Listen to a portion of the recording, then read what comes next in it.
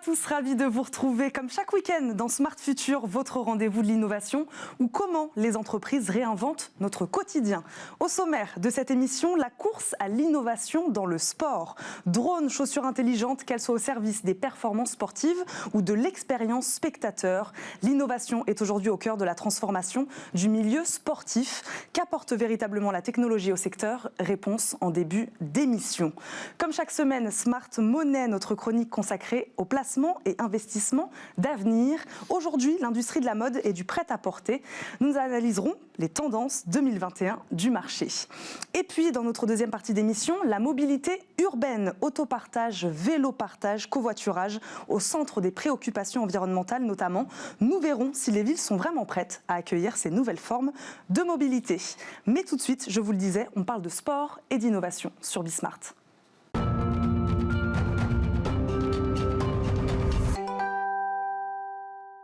Notre sujet de la semaine, je le disais, c'est l'innovation et la technologie dans le monde du sport, qu'elle soit au service des performances sportives ou de l'expérience spectateur. L'innovation est aujourd'hui au cœur de la transformation du milieu sportif, alors que la pratique, elle, est fortement impactée par la crise de la Covid. L'écosystème des acteurs du secteur, lui, s'organise. Quelles sont ces nouvelles technologies au service du sport et comment les organisations sportives réagissent-elles face à ces nouvelles tendances? Nous allons poser ces questions à nos deux invités.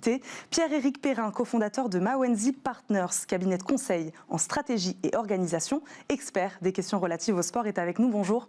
Bonjour. Eva. Merci beaucoup d'être avec nous sur le plateau de Smart Future.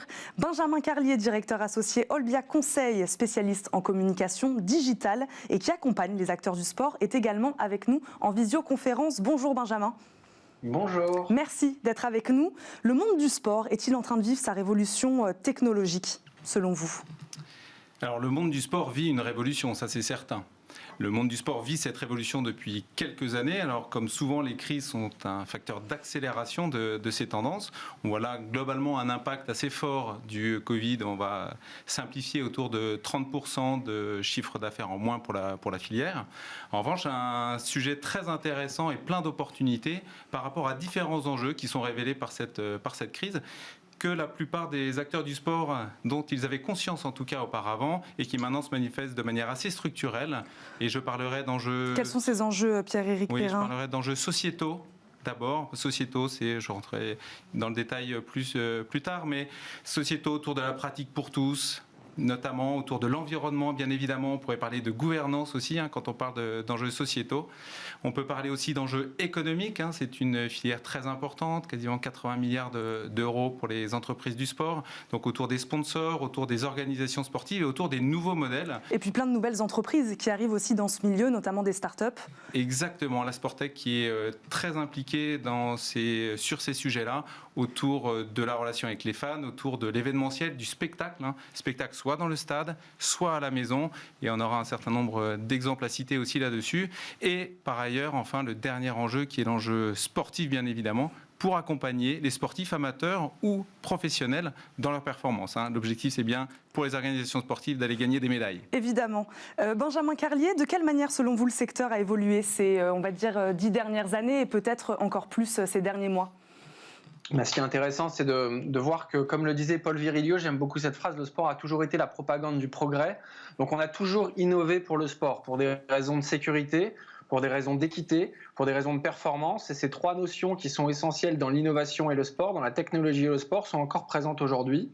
Mais comme cela a très bien été dit, il faut distinguer le sport qui se regarde, c'est-à-dire le sport performance, le sport spectacle, le sport professionnel, du sport qui se pratique et de la pratique quotidienne que les Français vont pouvoir avoir. Et l'enjeu économique, même s'il existe et même si on parle beaucoup du sport qui se regarde, il est quand même avant tout sur la pratique sportive et sur le développement de cette pratique sportive. Et ce qu'on s'aperçoit ces dernières années, c'est forcément que le digital prend une place prépondérante, l'analyse des données, la capacité d'analyser ses performances, de partager ses performances, de créer des communautés du coup autour du sport, de créer ce qu'on appelle de la gamification, et ça va aujourd'hui jusqu'à ce qu'on appelle l'hybridation des pratiques sportives, c'est-à-dire un mélange entre la pratique sportive dite traditionnelle et le jeu vidéo, le smartphone, le digital. Benjamin Carlier, vous le disiez, il y a tous ces actes qui sont en train de changer, la pratique sportive elle-même, mais aussi l'expérience spectateur. Comment faire évoluer tous ces axes différents de manière cohérente, dans le même sens ? Ce qu'il faut, c'est avoir des objectifs qui soient bien définis pour savoir où on veut aller. Aujourd'hui, il y a un objectif qui est relativement clair sur le sujet de la pratique sportive, qui est de plus en plus assumé depuis quelques années. C'est le fait que le sport est bon pour la santé. Plus les gens pratiquent le sport, en meilleure santé ils sont. Et ça a des conséquences qui sont à la fois positives sur le bien-être, mais aussi sur les finances, parce que forcément, une société qui est en bonne santé, ça coûte moins cher à la sécurité sociale. Il y a des économies d'échelle qui sont faites. Et c'est même bon pour l'entreprise, parce qu'on voit que les entreprises dans lesquelles il y a plus de sportifs, c'est des entreprises qui sont plus productives. Donc ça, il faut qu'il y ait une cohérence autour de la volonté de faire plus de sport à plus de Français, parce que c'est bon pour notre société. Et puis sur le spectacle sportif, ce qui est important, c'est de travailler aussi l'acceptabilité des compétitions sportives. On a vu parfois des compétitions sportives ou des spectacles sportifs qui sont devenus démesurés, qui sont devenus trop grands, on parlait plus des sommes qui étaient en jeu que de l'intérêt et de la cohésion sociale que ces événements pouvaient générer. Et donc il faut avant tout pas oublier que le sport est une fête, et ces moyens technologiques, ces innovations, elles doivent permettre de prolonger l'expérience spectateur pour faire en sorte que le sport soit une fête pour tous ceux qui ont envie de le vivre et de le partager. On y revient, Pierre-Éric Perrin, par rapport à ce que dit Benjamin Carlier, à ce côté enjeu sociétal, justice sociale, c'est important. Absolument, c'est vraiment un sujet absolument essentiel. Et la tech, l'innovation amène vers plus d'égalité et plus de justice sociale. Oui, clairement, effectivement, on parlait d'hybridation. La première hybridation, c'est le sport qui a été réalisé à la maison pendant les différents confinements, explosion de ce sport à la maison, avec même une levée de fonds assez phénoménale pour une société, Mirrors, de 500 millions, qui a été levée du coup pendant le confinement, donc en 2020, avec l'objectif qui était racheté plutôt, et qui permet de se regarder et d'affiner en fait ces mouvements sportifs. Donc cette hybridation se développe, 7 Français sur 10 l'ont pratiqué, la plupart disent qu'ils veulent continuer. Donc ça, c'est un enjeu absolument essentiel pour aller vers plus de santé aussi dont on parlait. À ce sujet-là, je pense qu'il y a les entreprises sont globalement pourraient être très moteurs sur ces sujets, notamment autour de la favorisation du sport dans les entreprises et par leurs collaborateurs. Donc il y a des notions de titres sport, de tickets sport aussi qui peuvent être mobilisés à ce sujet-là. Est-ce que l'organisation, pardon de vous couper, l'organisation de grands événements sportifs, ça peut aussi permettre d'accélérer cette tendance ? Je ne sais pas si on a des exemples, après les JO, après une Coupe du Monde, après une Coupe d'Europe. Est-ce qu'on a une accélération de cette tendance ? On a un coup de projecteur avec les grands événements internationaux qui est absolument fantastique. Nous allons avoir à Paris les JO donc en 2024. On sent une accélération dans la manière dont on réfléchit aux infrastructures, etc. Bien sûr, un objectif de neutralité carbone qui est très fort. À Tokyo, on aura un focus sur l'hydrogène. Donc l'environnement sociétal là-dessus est très très fort. Et nous, en ce qui nous concerne, chez McKinsey Partners, nous avons même acheté une méthodologie, la Sustainway, en 2020, pour justement accompagner le développement sociétal, l'innovation sociétale des organisations sportives. Et d'ailleurs, les organisations sportives sont les premières à être venues nous voir sur ce sujet-là. Donc c'est vraiment important de se dire que ce sont des sujets à la fois technologiques, mais également d'accès à la pratique, parce que c'est important de voir que la pratique se diversifie. De multiples publics doivent être ciblés aujourd'hui. Et cette accélération digitale le permet. Quand vous parlez des organisations sportives, vous parlez de qui exactement ? Qui fait appel à vous aujourd'hui ? Les clubs, les fédérations ? Comment ça se passe ? Alors ce sont les clubs, les fédérations, ce sont aussi les organisateurs d'événements et qui sont particulièrement sensibilisés sur ces sujets-là, puisque comme le disait Benjamin, les compétitions sont particulièrement, les événements sont particulièrement regardés en ce moment. Et quand on voit le tournoi Destination là, qui est valorisé autour de 2,5 milliards avec l'entrée de CVC, évidemment, le coup de projecteur est très très fort sur ce type d'événement. Donc on ne peut pas se permettre d'avoir une acceptabilité sociétale qui soit en difficulté.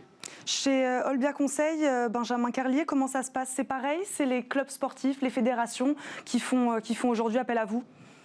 L'ADN d'Olbia Conseil, avant tout, c'est le conseil auprès des collectivités territoriales d'une part et des fédérations sportives d'autre part. C'est vraiment l'enjeu. Les territoires ont aussi un rôle à jouer. Les territoires ont un énorme rôle à jouer. Les territoires, déjà, par rapport à la dépense publique, c'est ceux qui dépensent largement le plus que l'État. On parle bien sûr beaucoup du ministère des Sports, on parle de ce qui se passe avec l'Agence nationale du sport, mais la dépense sportive des territoires est considérée à plus de 10 milliards d'euros, avec effectivement une responsabilité qui est partagée entre les territoires, parce qu'on est sur une clause de compétence générale. Ça veut dire que les régions, les départements, les intercommunalités et les communautés et les communes prennent toute leur part dans le développement du sport, que ce soit sur le soutien au mouvement sportif, avec un soutien au club qui est très important, mais aussi avec tout ce qui touche aux équipements et qui est absolument essentiel. Donc chez Olbia, on accompagne les fédérations et les collectivités pour essayer de leur permettre de prendre le temps d'avoir une vision à moyen et long terme. On sait que dans le sport, plus encore que dans d'autres domaines, il y a la gestion de l'urgence, la gestion de l'immédiateté qui sont absolument compliquées parce qu'il y a des événements très réguliers. Donc des fois, c'est important de prendre le temps de sortir un petit peu la tête du guidon pour avoir une vision stratégique. Et puis on fait aussi beaucoup d'accompagnement des startups du monde du sport, de la Sportech en général, puisque notamment avec votre incubateur Benjamin Carlier qui s'appelle Tremplin, dont vous êtes le responsable. Expliquez-nous combien de startups. Alors, pour être tout à fait exact, j'ai fondé et dirigé le Tremplin de 2014 à 2017. Il est depuis dirigé par Charles Frémont. Et effectivement, le Tremplin, c'est un incubateur qui est basé dans le stade Jean-Bouin, dans plus de 2000 m², qui a incubé une centaine de startups depuis maintenant 6 ans, qui en a incube en ce moment environ une quarantaine. C'est une vingtaine de startups par an. Elles peuvent rester jusqu'à 3 ans. Et puis qui fédère aussi tout un écosystème de partenaires, des partenaires privés qui sont intéressés par le rapprochement avec ces startups du sport, mais aussi des partenaires publics, comme le ministère, comme la mairie de Paris ou comme le Comité national olympique et sportif français. Et c'est des Sportech qui touchent vraiment à tous les domaines, c'est-à-dire à la pratique sportive bien sûr, aux équipements, à l'aide aussi aux fédérations sportives pour les aider à se digitaliser et faire leur transition numérique, et puis qui touchent aussi au sport spectacle et donc à la fan expérience. Si la France est aussi innovante selon vous, c'est grâce à cet écosystème aussi de start-up françaises?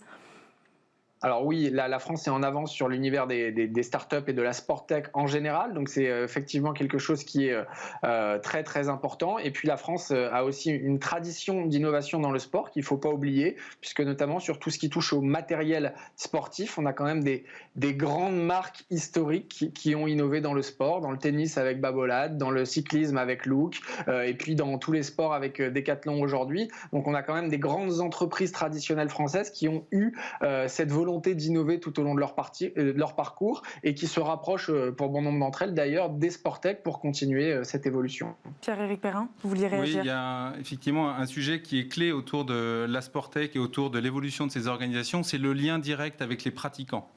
Ça, c'est important d'insister dessus, puisque les nouveaux modèles qui peuvent se développer, on parlait tout à l'heure du spectacle, que ce soit dans le stade, avec des vogos, par exemple, justement, qui permettent de le vivre sans que nous y soyons. Toutes les initiatives autour de la vision 360 également, ce que la LFP a initié, ce qui est fait aussi ailleurs. Les plateformes de streaming lancées par le tennis, par le foot, qui permettent là aussi d'accéder directement aux pratiquants et à l'amateur de sport. C'est important de voir que les nouveaux modèles vont se diriger aussi dans cet univers-là.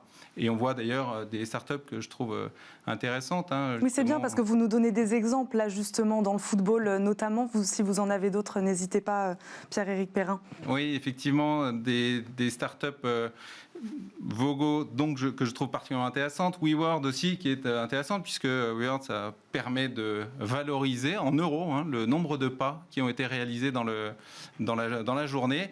Donc, il crée une aspiration pour aller marcher. Donc, on est complètement dans le sport santé aussi, dont parlait Benjamin tout à l'heure, ce que je trouve particulièrement intéressant. Et n'oublions pas, bien évidemment, le e-sport, qui a relativement bien résisté quand même à la crise, puisqu'on reste autour du milliard d'euros, très porté par le sponsoring. Et ce pourquoi j'insiste sur ce lien avec le pratiquant, l'amateur, celui qui aime le sport en général, c'est parce que le sponsoring est un enjeu absolument essentiel sur le modèle économique du sport, et la perspective de retour sur investissement devient de plus en plus essentielle. Ça, on a un certain nombre d'innovations aussi qui sont en cours là-dessus, sur les LED, pour permettre de présenter des publicités qui soient localisées en fonction des téléspectateurs.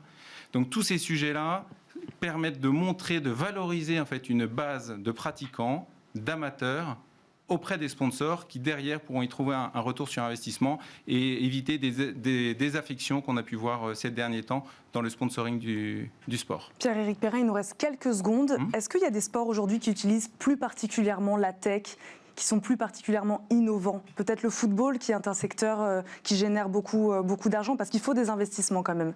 Il faut des investissements, il faut un public. Donc notamment pour la Sporttech, il est essentiel de pouvoir cibler une masse pour pouvoir trouver un modèle économique. Le modèle économique des startups est souvent complexe, donc l'accès à du volume est évidemment essentiel. Donc le football, effectivement, le tennis également, le nombre de licenciés est important. En fait, les sports aussi individuels, n'oublions pas le trail par exemple, le footing, donc la course à pied qui est un sport individuel avec une très forte, évidemment, audience et utilisation, est un sport qui s'est beaucoup développé, qui utilise beaucoup la technologie. Tout à fait, on l'a vu avec ces chaussures qui permettent de courir plus rapidement, des chaussures de grandes marques de sportwear notamment. C'est ça, qui font du polémique après, mais c'est extraordinaire de se dire que la technologie, on l'avait vécu aussi dans la natation, la technologie permet d'aller chercher des médailles supplémentaires. Donc ce sujet-là, effectivement, est essentiel. Merci beaucoup à tous les deux de nous avoir éclairés sur ce milieu sportif en pleine transformation. Donc Pierre-Éric Perrin, je le rappelle, vous êtes cofondateur de Mawenzi Partners et Benjamin Carlier, directeur associé chez Olbia Conseil. Merci à tous les deux. Tout de suite, Olivia Hieré-Dobré continue à nous parler de sport, une nouvelle manière d'en faire qui combine activité physique et jeux vidéo. C'est dans Horizon 2040 avec Olivia Hieré-Dobré.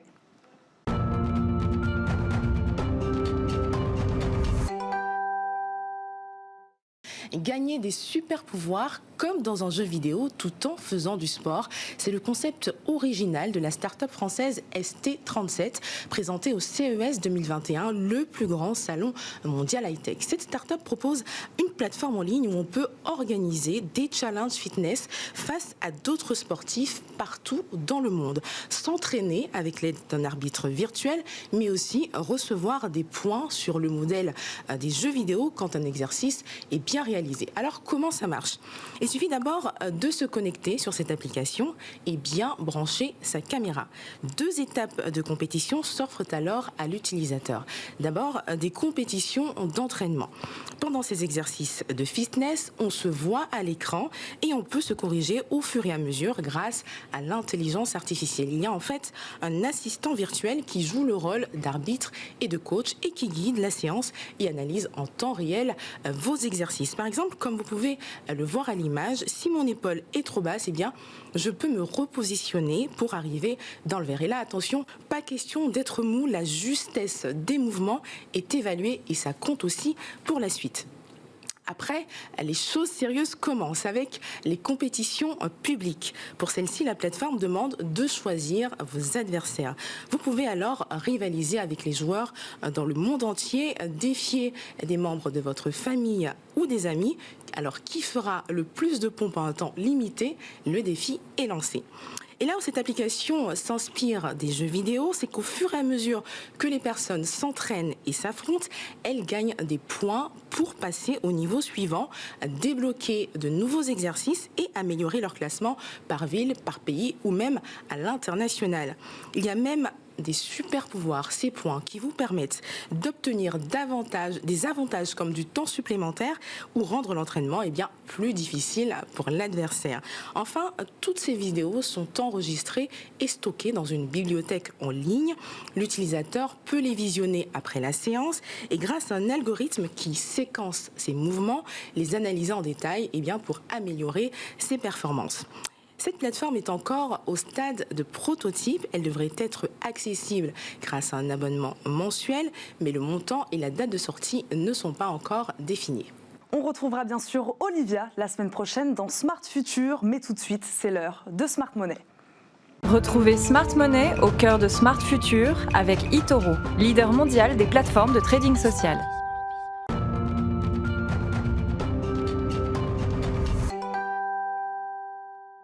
Smart Money, comme chaque semaine, on décortique avec nos experts les placements d'avenir. Aujourd'hui, on parle de l'industrie de la mode. Antoine Fraisse-Soulier, analyste de marché chez eToro France, est avec nous. Bonjour Antoine. Bonjour. Pourquoi vous nous parlez de la mode aujourd'hui ? Eh bien, c'est vrai qu'aujourd'hui, nous vivons dans un monde qui attache de plus en plus d'importance à l'apparence. C'est la raison pour laquelle la mode a pris une place prépondérante dans la vie de tous les jours. La mode aussi est un marqueur social qui nous permet de clamer notre singularité en nous distinguant d'un groupe social ou alors de marquer notre appartenance à ce même groupe. Aujourd'hui, la technologie est en train de révolutionner l'industrie. Oui, effectivement, la technologie révolutionne l'industrie de la mode grâce aux réseaux sociaux tels que, alors pour ne pas les citer, Instagram, Facebook ou encore YouTube. La mode est beaucoup plus interactive que par le passé. Les consommateurs sont désormais beaucoup plus connectés à leurs marques favorites. Et les marques se servent de la technologie pour mieux cibler leurs clients, mieux cibler le marketing, améliorer également leur stock ou augmenter leur rentabilité. Un pays qui adore particulièrement les vêtements de luxe, Antoine? Alors, c'est effectivement la Chine. La Chine a un chiffre d'affaires dans les marques de luxe 3 fois supérieur aux États-Unis. C'est 350 milliards de dollars en 2019. Et c'est vrai que l'augmentation du pouvoir d'achat depuis 30 ans en Chine et aussi dans les pays asiatiques ont permis d'avoir une croissance du chiffre d'affaires pour les marques de luxe de manière très considérable. Le digital aussi permet aux consommateurs qui sont un peu éloignés, qui ne vivent pas forcément dans les villes où il y a des magasins physiques, et bien grâce au digital et aux réseaux sociaux, et grâce à Internet, ces consommateurs peuvent acheter directement sur Internet des marques de luxe. Les tendances de mode stimulent aussi véritablement la croissance du marché. Oui, effectivement, parce que quand on parle de mode, on parle de tendance. Effectivement, la mode, les tendances dans la mode sont très éphémères, si je puis m'exprimer ainsi. Il y a une tendance qui a vraiment émergé depuis plus de 10 ans, c'est vraiment le sportswear.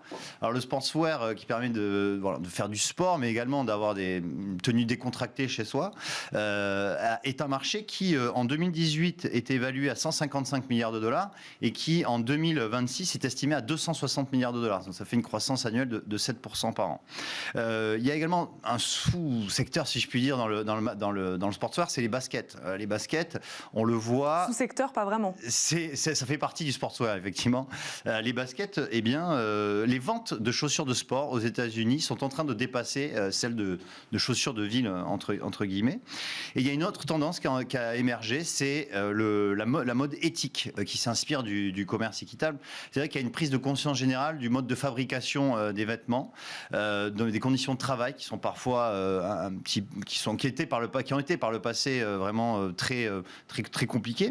Et il y a toute une tendance qui va vers l'éco-responsable, vers le recyclé. Et c'est une tendance qui devrait se poursuivre dans les prochaines années. Et il y a beaucoup d'acteurs sur le marché de l'industrie de la mode. Effectivement, alors il y a énormément d'acteurs divers et variés. Tout d'abord, les conglomérats. Et le numéro 1 mondial, c'est un Français, c'est LVMH. LVMH qui est valorisé 250 milliards d'euros en bourse et qui regroupe une vingtaine de marques de mode. Alors, les plus connues sont Louis Vuitton, on a Christian Dior, Givenchy ou également Kenzo. Ensuite, il y a les grandes marques indépendantes. Alors, dans le luxe, on va trouver encore un Français qui est en numéro 1, c'est Hermès. Hermès qui fait 90 milliards, suivi par Moncler, l'italien, et Burberry, l'anglais. Et puis, il y a les marques de sport, bien évidemment. Alors, le numéro 1 mondial, et de loin, c'est Nike. Mais les Américains sont vraiment très présents sur ce secteur parce que, sur ce segment, nous avons Under Armour aussi et Lululemon qui pèse plus de 10 milliards de dollars. En Europe, on a quand même Adidas qui est très présente.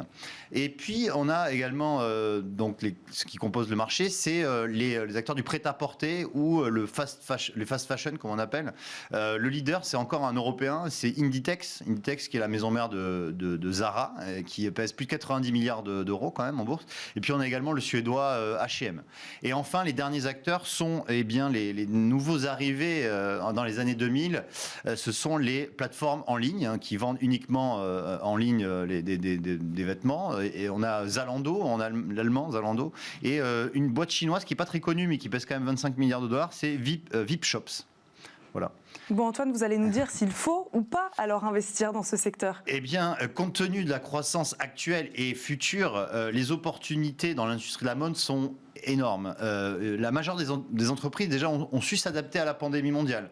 La part des ventes sur Internet a été multipliée par quasiment 2 pour l'ensemble des marques. On a par exemple Inditex qui a augmenté de 87% ses ventes en ligne en 2020 et ça passera par une croissance des ventes en ligne pour ce secteur. L'industrie de la mode est une industrie qui doit sans cesse se réinventer. La flexibilité et également la souplesse logistique sont 2 atouts majeurs que doivent avoir ces industries et ces entreprises. Selon l'Institut de statistique Statista, en fait, le chiffre d'affaires mondial était de 525 milliards en 2019 et il devrait être de 1000 milliards en 2025, donc une croissance de 9,6% par an. Merci beaucoup Antoine Fraisse-Soulier et à la semaine prochaine dans Smart Future. On passe tout de suite à notre rubrique Smart Connect. Retrouvez Smart Connect au cœur de Smart Future en partenariat avec Cdiscount.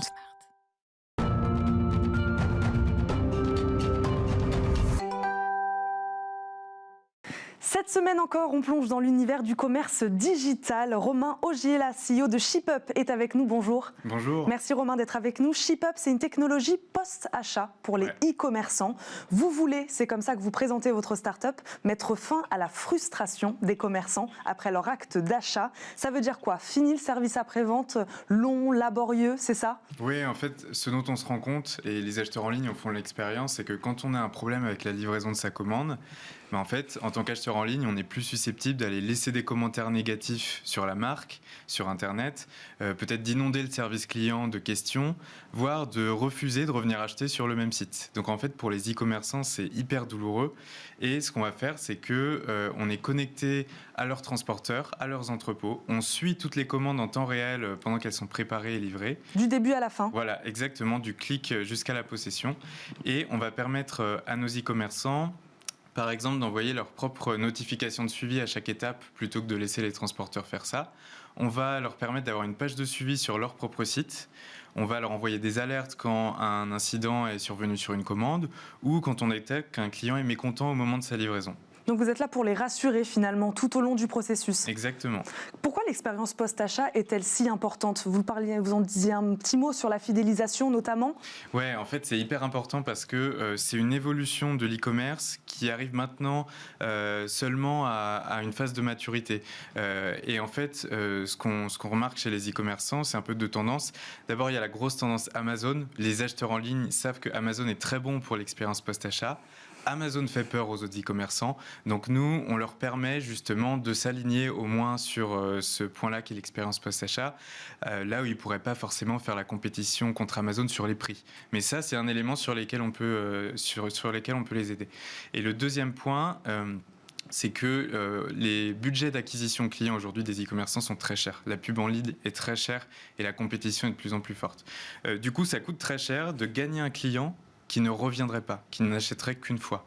Là où les e-commerçants font leur marge, c'est sur les clients qui reviennent acheter. Vous leur permettez donc aussi de faire des économies. Avec qui travaillez-vous le plus quand on parle de e-commerçants? On est sur quel type de structure? On a un peu 2 types d'e-commerçants. On a des e-commerçants de taille moyenne qui se sont créés en ligne, comme le Petit Ballon dans les vins et spiritueux, Respire en cosmétique, Blissim, anciennement Birchbox. Et on a par ailleurs des acteurs plus gros, plus traditionnels, comme Leclerc, comme Intermarché, comme Carrefour. Et j'imagine que vous ne travaillez pas de la même manière avec ces deux types de structures? Alors sur les services qu'on leur offre, c'est la même chose, mais en effet la manière dont on travaille avec eux n'est pas la même et il y a les différences classiques qu'on peut voir entre des petits acteurs digitaux très agiles et des structures un peu plus lourdes et un peu plus anciennes. Expliquez-nous exactement la technologie ShipUp, qu'est-ce que c'est? Alors en fait, ce qu'on va faire, c'est que lorsque on travaille avec un nouvel e-commerçant, on se connecte à ses entrepôts et à ses transporteurs. Et quand une commande est passée sur le site de nos e-commerçants, on va récolter toutes les données de suivi de cette commande pendant sa phase de préparation à l'entrepôt et ensuite pendant sa livraison chez les transporteurs. Et on va analyser... Donc il y a beaucoup de collecte de données. Il y en a énormément. et on analyse ces données en temps réel parce que les données de suivi ne sont pas des données très propres et structurées. Les livreurs font des erreurs, il y a des doublons, il y a des suivis qui sont illogiques quand on essaie de comprendre ce qui s'est passé. Donc nous, on analyse ces données pour essayer d'identifier tous les moments importants, tous les moments à risque dans la vie d'une commande. Et c'est à partir de ce travail d'analyse de données qu'on est ensuite capable de prévenir le client au bon moment, de lui donner les bonnes informations sur sa page de suivi, d'envoyer des alertes aux e-commerçants quand on estime qu'il y a une action qui est nécessaire de leur part, par exemple. Vous qui travaillez donc avec ces entreprises, vous nous le dites, les entreprises françaises ont entamé la digitalisation de leur processus, entre guillemets, leur processus post-achat? Oui, on le voit vraiment, et il y a une nette différence entre il y a 4 ans, en 2016, lorsqu'on a lancé la société, et aujourd'hui. On l'a vu, des sociétés auxquelles on parlait il y a 4 ans percevaient l'intérêt, mais n'étaient pas encore prêts à dégager du budget pour ça, et sont revenus nous voir 2 ans, 3 ans après, ou même là, à la faveur du Covid, en nous disant, voilà, c'est le moment, on voit bien que tout le monde est en train de s'équiper, il faut qu'on aille vers plus d'expérience post-achat. Merci beaucoup Romain Augiela d'avoir été avec nous. Je le rappelle, vous êtes CEO de la start-up ShipUp. C'est déjà la fin de cette première partie d'émission. On marque une courte pause et on se retrouve tout de suite avec un débat passionnant autour des mobilités de la ville de demain. À tout de suite.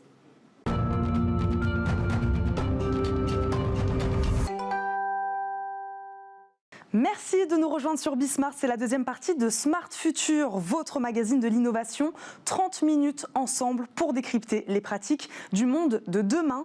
Une deuxième partie largement consacrée aux nouvelles mobilités. Avec Smart City, bien sûr, et une question. Les villes sont-elles prêtes à accueillir toutes ces formes de mobilité? Nous parlerons notamment de l'aménagement de la voirie qui fera place demain aux bornes de recharge et aux véhicules électriques. Et puis dans Smart Move, aujourd'hui, les entreprises, elles aussi s'intéressent à cette mobilité urbaine alternative. Karen Bruno, directrice marketing et digital d'Arval France, spécialiste de la location de véhicules d'entreprise, sera notre invitée. Mais d'abord, je vous le disais, c'est l'heure de Smart City. Réinventons la mobilité de demain dans Smart City avec SEAT. La mobilité dans nos villes, c'est le thème de notre rubrique Smart City. Pollution de l'air, congestion, transport saturé. Transformer la mobilité dans nos villes est aujourd'hui primordial pour assurer confort et qualité de vie à ses habitants. Mais les villes sont-elles prêtes à accueillir ces nouvelles formes de mobilité?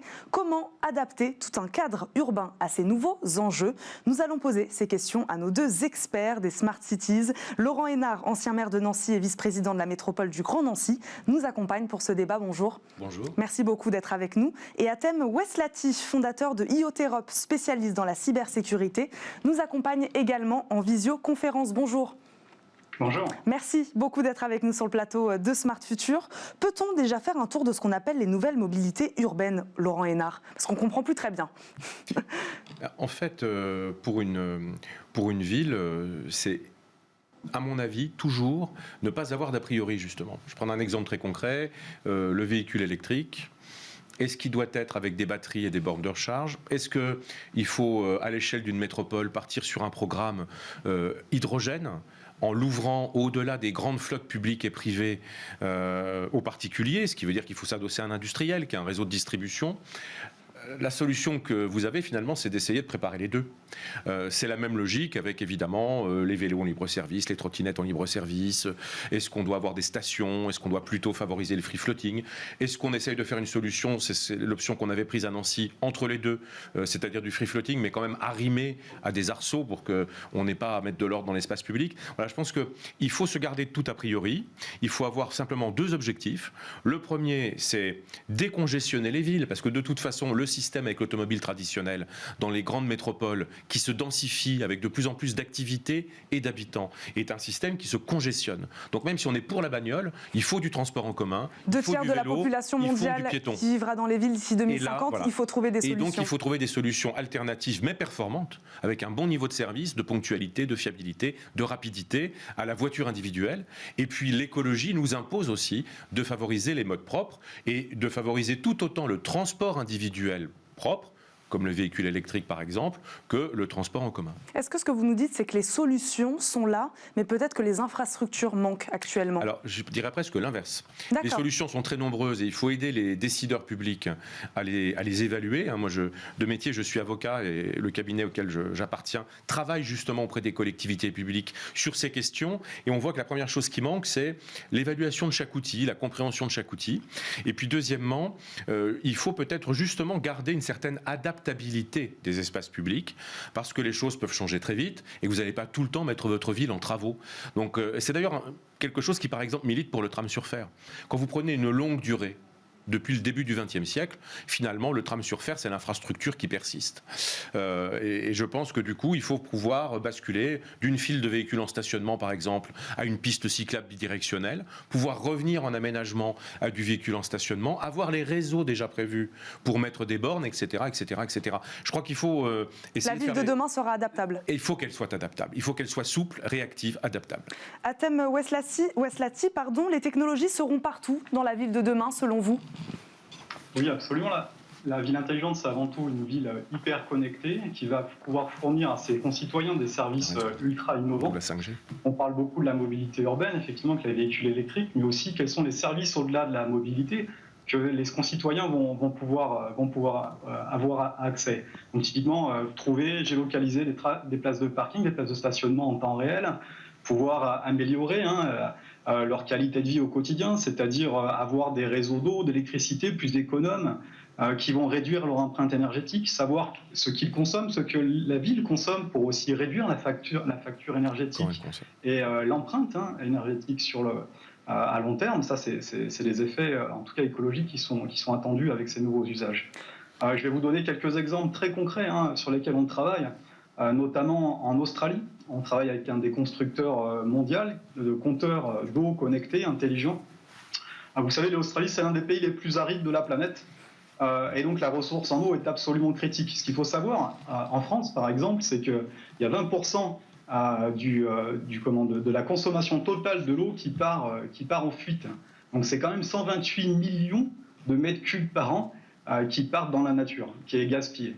Donc aujourd'hui, avec ces gens-là, on travaille justement sur des nouvelles générations de compteurs d'eau intelligents qui vont permettre effectivement déjà de détecter des fuites et puis d'ailleurs d'agir à distance à travers une centrale, d'alerter les agents et puis d'agir à distance pour pouvoir résorber ces fuites en temps réel.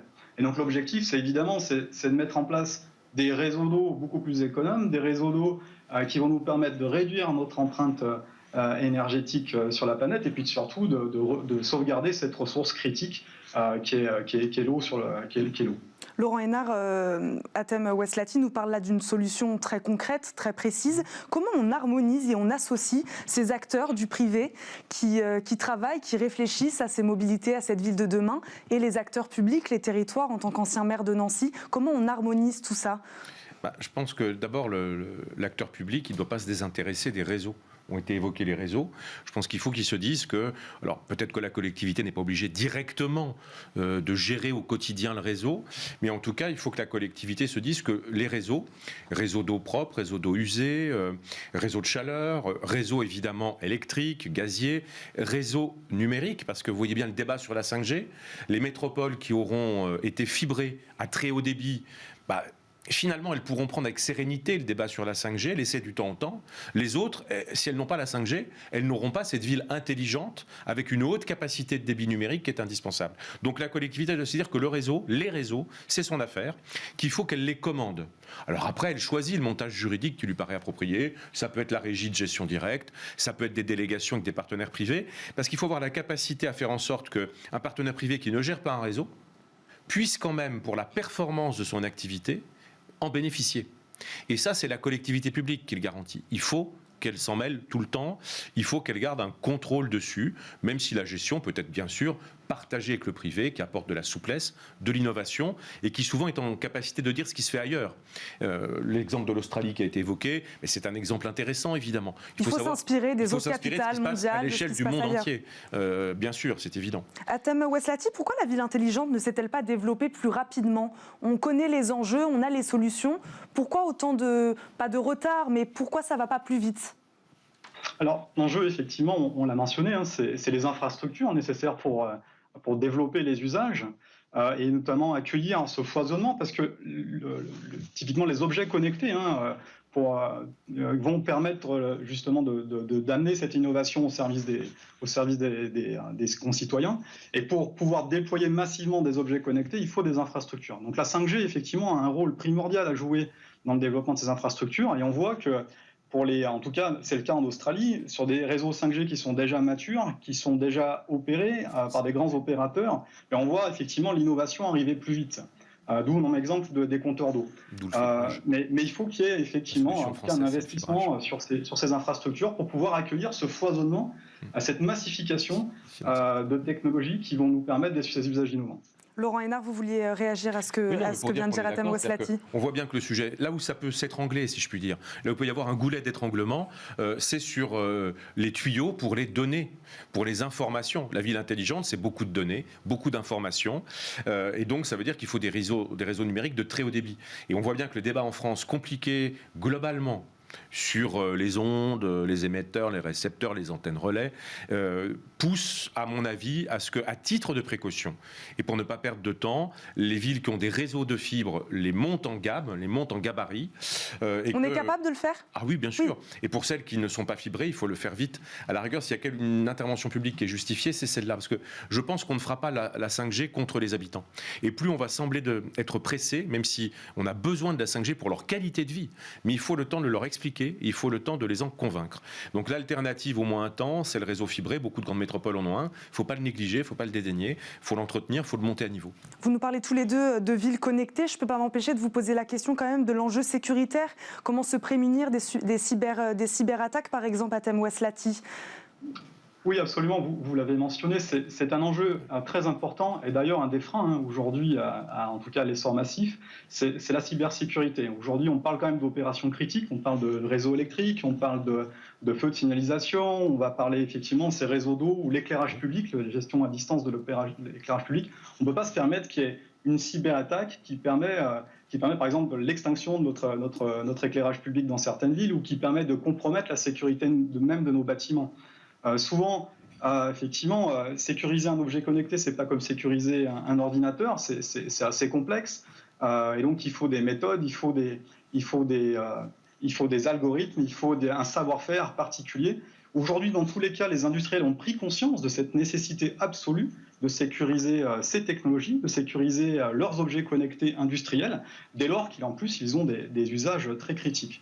Donc, il faut un savoir-faire particulier, il faut capitaliser sur des standards établis, utilisés par les grands industriels, de manière à avoir une sécurisation optimale et empêcher évidemment des cyberattaques qui peuvent compromettre nos infrastructures critiques. Laurent Hénard, un mot sur cet enjeu de la cybersécurité. En effet, ça concerne l'électricité, ça va concerner plein de choses dans la ville de demain. De toute façon, il n'y a que deux solutions. Celle de précaution qui consiste à avoir des réseaux qui bien sûr sont numérisés, mais sur lesquels on peut reprendre un contact en fait de circuit court, avec souvent effectivement un contact par unité, par secteur, par cadran. Alors ça peut paraître un peu archaïque, mais enfin globalement quand même c'est une vraie sécurité. Et puis deuxièmement, il faut que la France évidemment s'inquiète et travaille sur sa souveraineté numérique. On a la chance par exemple à Nancy avec l'armée, dans la base de défense de Nancy, d'avoir développé, grâce à l'Université de Lorraine, au labo de recherche, des programmes pilotes en cybersécurité. On est avec Rennes, une des 3 ou 4 grandes métropoles françaises, en pointe sur la cybersécurité. Et on voit que c'est indispensable que la France maîtrise des technologies, maîtrise des procédés, maîtrise des brevets. Il ne faut pas s'en remettre à des acteurs économiques d'autres pays parce que, quand la catastrophe est là, on le voit avec les hôpitaux qui ont été piratés alors qu'ils étaient en pleine crise Covid. Une attaque quasiment par semaine depuis le début de l'année. On voit très bien comment finalement on peut se retrouver très fragile. Donc je pense qu'il y a vraiment deux sujets. Le sujet local, c'est garder une double commande en fait, à côté de la commande numérique. Ça, c'est je dirais l'acteur local qui doit veiller à ça. Et puis à l'appui de l'État, et je pense que c'est un sujet de l'État et de l'Europe, que la France dans l'Europe ait des programmes de la recherche et développement, des moyens pour développer des entreprises aussi, bien sûr, et des acteurs privés de la cybersécurité. Vous avez parlé de la ville de Nancy, bien évidemment, vous êtes ancien maire de la ville. Est-ce qu'il existe encore aujourd'hui peut-être trop de disparités entre les villes de taille moyenne, les grandes villes? On parle beaucoup de Paris. Est-ce que c'est pas finalement plus facile d'imaginer, d'avancer sur la ville de demain dans des villes peut-être plus petites? Non, en fait, la disparité, elle est entre des villes qui ont des écoles d'ingénieurs, des IUT, des filières de facultés professionnalisées, des labos de recherche, et les autres. C'est-à-dire quand on a la chance d'avoir de la ressource locale, et à Nancy on a l'université de Lorraine qui est au classement de Shanghai, qui est une université très professionnalisée d'ailleurs, c'est vrai que c'est un acteur pour toutes les innovations. Et donc on trouve des solutions locales, et on est réactif, et on est adaptable. Et je pense que l'enjeu de l'État, c'est de faire en sorte que ce qui se passe dans les grandes métropoles soit partagé avec les villes moyennes et avec les zones rurales. Parfois, les choses s'arrêtent à 10 km de la métropole, à 20 km de la métropole. Ça, honnêtement, dans une république, ça n'est pas admissible. Et je pense que là, le rôle de l'État, c'est de faire en sorte que de la métropole, on irrigue à 50, 60, parfois 100 km, pour qu'il y ait une égalité des territoires, ce qui est, en termes écologiques, est un enjeu majeur. Parce que si on va arrêter de consommer les terres naturelles, les terres agricoles, avec des métropoles qui s'étendent et qui grignotent finalement la nature, il faut être capable de continuer à habiter et à travailler, y compris dans des villages. Et l'enjeu du numérique que vous évoquez est fondamental pour ça. Atem Oueslati, avec qui travaillez-vous, vous exactement? Avec les collectivités, avec les territoires, avec l'État de manière générale? Alors nous, on travaille beaucoup avec les constructeurs au niveau international. Je vais vous donner un exemple très concret. On travaille avec Itron aux États-Unis, qui est un des plus grands, un des géants des constructeurs de compteurs connectés. Et on travaille sur cette problématique de l'éclairage public connecté. Ça, c'est intéressant parce que vous imaginez aujourd'hui la facture d'électricité pour l'éclairage public, c'est 30% de cette facture que subissent les collectivités. Donc notre enjeu ici, il est vraiment global, c'est-à-dire comment permettre à ce qu'on puisse piloter à distance ces éclairages, éclairer que quand on en a besoin, par exemple, voilà, s'il y a un concert, un match, pouvoir éclairer les abords du stade, une fois que le match est terminé, justement on peut éteindre, de manière à réduire aussi cette empreinte énergétique, de manière à pouvoir en tout cas réduire la facture pour les collectivités. Et l'objectif de ces innovations-là, c'est d'amener effectivement des solutions pérennes, des solutions résilientes, qui sont adoptés à tout endroit du monde et pas seulement avec ce qu'on fait aux États-Unis avec Itron. Laurent Hénard, il faut apprendre à gérer intelligemment sa consommation d'énergie, d'électricité. Ça va être l'enjeu primordial, principal même, vous diriez? Alors, oui, dans les échanges qu'on a eus, il y a peut-être un élément qu'on n'a pas assez développé, c'est le temps. C'est présent dans le propos qui vient d'être tenu. En fait, on a besoin effectivement... Vous en parliez un peu quand vous parliez d'adaptabilité tout à l'heure. Il ne s'agit pas de savoir quand, plutôt, il ne s'agit pas de savoir seulement combien d'énergie est consommée, mais quand elle est consommée. Sur le sujet de l'énergie, le principal obstacle, c'est qu'elle ne se stocke pas aujourd'hui, en tout cas. Il y a des programmes de recherche et développement sur le stockage de l'énergie, le système de piles. L'hydrogène n'est évidemment pas seulement un moyen d'énergie verte, c'est aussi un moyen de stockage. Mais pour l'instant, on n'arrive pas à avoir un standard industriel massif de ça. Donc ça veut dire que la ville intelligente, c'est la ville aussi qui maîtrise le temps et qui essaye de faire en sorte que les moments de consommation correspondent aux moments de production disponibles. Et ça, c'est un enjeu majeur. Alors, c'est évoqué pour l'éclairage, mais on peut l'évoquer pour toutes les consommations d'énergie. Quand on parle de l'électrique, on va peut-être parler un peu aussi de mobilité. Par exemple, j'ai un exemple à Paris, Total, qui s'est vu attribuer la modernisation du réseau de bornes de recharge électrique Autolib. 2300 points de recharge, soit une augmentation de 56% par rapport à ceux actuellement en service. C'est une étape importante qui vient d'être franchie. On est capable de gérer cette quantité d'énergie électrique ? Oui, pour l'instant, oui. Enfin, vous savez que le débat qui est devant nous en France, c'est le remplacement du nucléaire. Enfin, je veux dire, toutes ces questions-là ne se posent pas trop tant qu'on a la production nucléaire. Quand on va vraiment vouloir arrêter le nucléaire, là, on va avoir quand même des gros soucis. Mais je voudrais dire aussi que sur ces sujets-là, il y a le sujet des choix différents d'une ville à une autre. Nous, à Nancy, on a fait le choix, par exemple, d'équiper prioritairement les parkings publics, parce qu'ils sont nombreux, ils quadrillent la ville, et de soutenir les copropriétés privées où il y a à la fois des bureaux et des logements, ou l'un ou l'autre, peu importe, dans l'équipement en borne. Justement pour ne pas encombrer l'espace public et pour permettre à des gens de recharger quand même. D'utiliser plutôt les parkings que par exemple ce qu'on fait à Paris soit d'être sur le lieu de travail avec des bornes, soit d'être au domicile, bien sûr, avec des bornes, en complétant les efforts des équipementiers automobiles qui, généralement, dans la voiture qu'ils vous vendent électrique, vous proposent l'installation du bornage. D'autant plus qu'on peut jouer, c'est-à-dire on peut imaginer de se contenter d'un faible débit de recharge de véhicule à son domicile, parce qu'on sait qu'à son travail ou au parking à côté de son bureau, on va avoir en revanche de la charge à haut débit rapide. Voilà.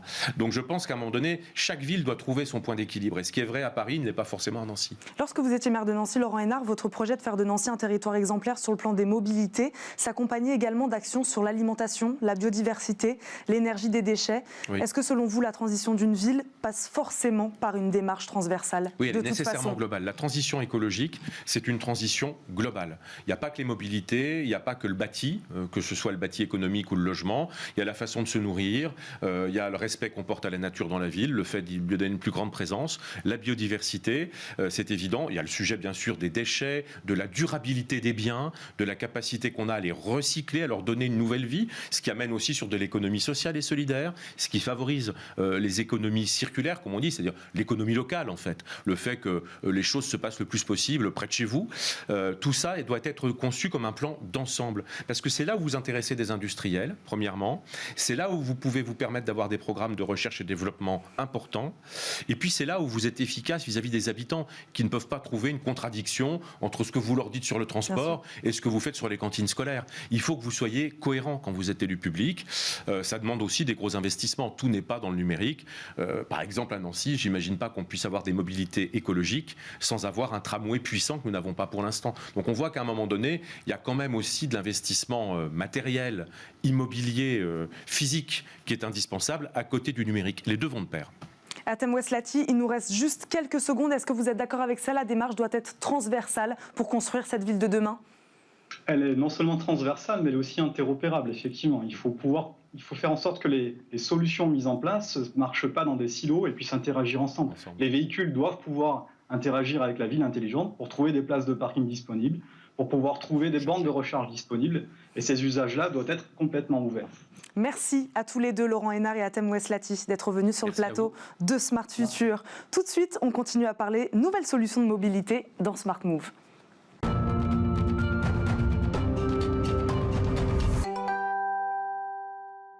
Dans Smart Move, aujourd'hui, Karen Bruno, directrice marketing et digital d'Arval France, est notre invitée. Bonjour. Bonjour. Arval, spécialiste de la location multimarque de véhicules d'entreprise. Vous proposez tout un panel de solutions de mobilité, autopartage, vélo-partage, covoiturage, entre autres. Le véhicule de demain, Karen Bruno, il se partage. C'est bien ça? Tout à fait. Ça fait 30 ans maintenant qu'Arval rebondit sur les tendances de la société en matière de mobilité. Donc effectivement, il y a des nouveaux usages, le véhicule partagé, le véhicule plus vert aussi, et plus généralement la mobilité verte. C'est vrai aussi au niveau des tendances réglementaires, puisqu'il y a quand même pas mal d'incitations, notamment pour les entreprises, à s'intéresser aux mobilités de leurs collaborateurs et pas seulement professionnels. Les entreprises, selon vous, ont déjà de manière conséquente entrepris ce virage de la mobilité alternative, si on peut appeler ça comme ça? Oui, en fait, je pense que le Covid a accéléré la démarche, mais en fait, notamment la loi d'orientation des mobilités a quand même démarré il y a maintenant 2 ans et demi, 3 ans. On a beaucoup d'entreprises qui s'interrogent sur la manière de l'appliquer, sur les bons choix à faire. C'est vrai que les plus grandes entreprises aujourd'hui sont quand même très impliquées en matière de politique RSE, et donc le sujet de la mobilité vient nécessairement remplir cette politique, une partie de cette politique RSE, à la fois pour des sujets d'amélioration de l'image employeur, pour des sujets de protection de l'environnement. Parfois, c'est des gains économiques aussi qui sont derrière. Mais en tout cas, la prise de conscience s'est beaucoup accélérée, je dirais, ces 2 dernières années en particulier. Et notamment donc avec la crise de la Covid également? Exactement. Juste avant, pour répondre à votre première question sur le véhicule de demain, déjà clairement en termes de motorisation, on voit se réduire très fortement l'utilisation des véhicules diesel. On devait être à 80% il y a environ 4 ans. Aujourd'hui, c'est à peu près 50% des mises à la route des véhicules que nous louons auprès des entreprises. Mais plus généralement, c'est la diversification des modes de transport finalement. Et je le redis parce que c'est important, pas uniquement professionnel, mais aussi dans le cadre des trajets domicile-travail qui préoccupent les entreprises. Raison pour laquelle nous développons beaucoup d'autres solutions que la seule location de véhicules autour de la mobilité. On va en parler. Vous travaillez autant avec des grands groupes qu'avec des petites entreprises chez Arval? Oui, alors la palette des clients chez Arval est assez large. large. On a la petite entreprise, les auto-entrepreneurs, les grandes entreprises, les collectivités locales, les acteurs publics également, et puis les particuliers depuis quelques années. Et notre vocation est la même pour l'ensemble de ces profils de clientèle, c'est-à-dire c'est pas seulement de faire de la location de véhicules, on va bien au-delà. Expliquez-nous alors comment fonctionne exactement votre service. Qu'est-ce que vous proposez? Voilà, notre métier aujourd'hui, c'est de les accompagner dans des trajets qui sont plus fluides, plus responsables, avec des solutions qui sont adaptées à chaque situation, donc quelle que soit la nature du transport, du mode de transport, véhicule ou pas véhicule, et aussi la nature du trajet. L'objectif, c'est de les rendre plus responsables, plus faciles, ces différents déplacements. Et donc, nous avons diversifié beaucoup notre offre. Ça fait une dizaine d'années chez Arval France que nous avons cette démarche. L'autopartage et le vélo-partage sont dans notre catalogue depuis un bon moment. Et là, depuis ces dernières années, nous avons développé d'autres solutions. Donc, l'année dernière, avec la crise du Covid, ce qu'on appelle le vélo de fonction, donc plutôt du vélo électrique en général, qui sont demandés par les entreprises, qui viennent compléter finalement l'offre de véhicules de fonction. Et ce n'est pas forcément les mêmes bénéficiaires dans l'entreprise. Donc, on élargit, je dirais, l'assiette des collaborateurs auxquels les entreprises vont proposer des services. Et puis, 2 innovations depuis le début de cette année. Notamment la navette autonome. Voilà. Expliquez-nous à quoi ressemble cette navette. Alors, en fait, notre objectif, ça a été d'abord de se dire que cette technologie est quand même au cœur du secteur automobile. C'est aussi au cœur de la mobilité dans les villes. Pour l'instant, le véhicule autonome, on n'y arrive toujours pas. Mais... Alors, pour l'instant, on démarre avec la navette, ce qui est quand même assez nouveau pour Arval, parce que c'est du déplacement collectif, ce qui est moins courant, je dirais, chez les loueurs historiquement. Donc, notre objectif, c'était justement de profiter de cette technologie. Nous sommes persuadés que ça va faire évoluer demain le paysage urbain, et donc c'était important pour nous de l'expérimenter. Donc, qu'est-ce qu'on a fait précisément début février avec l'appui de la ville de Rueil-Malmaison? On revient sur la synergie publique-privée. Nous avons lancé une expérimentation de 2 navettes sur route ouverte, donc elles circulent au même titre que les voitures individuelles sur la route, qui circulent donc entre la gare RER de Rueil-Malmaison et notre siège social. Donc on parle d'accompagner les collaborateurs sur le dernier kilomètre, avec donc une navette qui circule de 8h à 17h. On s'est adapté aux nouveaux horaires du couvre-feu pour l'ensemble de nos collaborateurs. Donc on a à peu près 700 collaborateurs, je dirais éligibles, qui prennent les transports en commun, auprès de qui on va venir compléter le trajet. Et donc cette navette, elle apporte plus de confort, bien sûr pour les utilisateurs, aussi une meilleure qualité de vie urbaine. Donc c'est pour ça que la ville de Rueil était très intéressée par la démarche, parce qu'elle est aussi, elle a le même problème de congestion que vous évoquiez juste précédemment. Karine Bruno, il nous reste 10 secondes. Oui. De quelle manière vous allez l'étendre, cette navette autonome? De quelle manière vous allez la développer? Alors notre objectif, là, c'est déjà de comprendre comment ça fonctionne pour pouvoir demain développer les services qui vont bien pour nos clients qui attendent leur tour également. Et donc l'idée, c'est de pouvoir le développer soit sur de l'intrasite. Il y a beaucoup d'entreprises, plusieurs sites qui souhaitent faire déplacer leurs collaborateurs entre les deux. Ça peut être aussi des communautés d'entreprises dans des zones d'activité qui ont intérêt à mutualiser finalement des modes de transport pour rendre plus accessible leur entreprise. Voilà, donc ça c'est plutôt pour 2022 et au-delà. Voilà, on l'expérimente auprès de nos collaborateurs cette année. Merci beaucoup Karine Bruno de nous avoir accompagnés. C'est déjà la fin de cette émission. Merci à tous de nous avoir suivis. Vous retrouverez bien sûr Thomas Hugues la semaine prochaine à la présentation de Smart Future. En attendant, je vous souhaite un excellent week-end sur Bismart. Merci.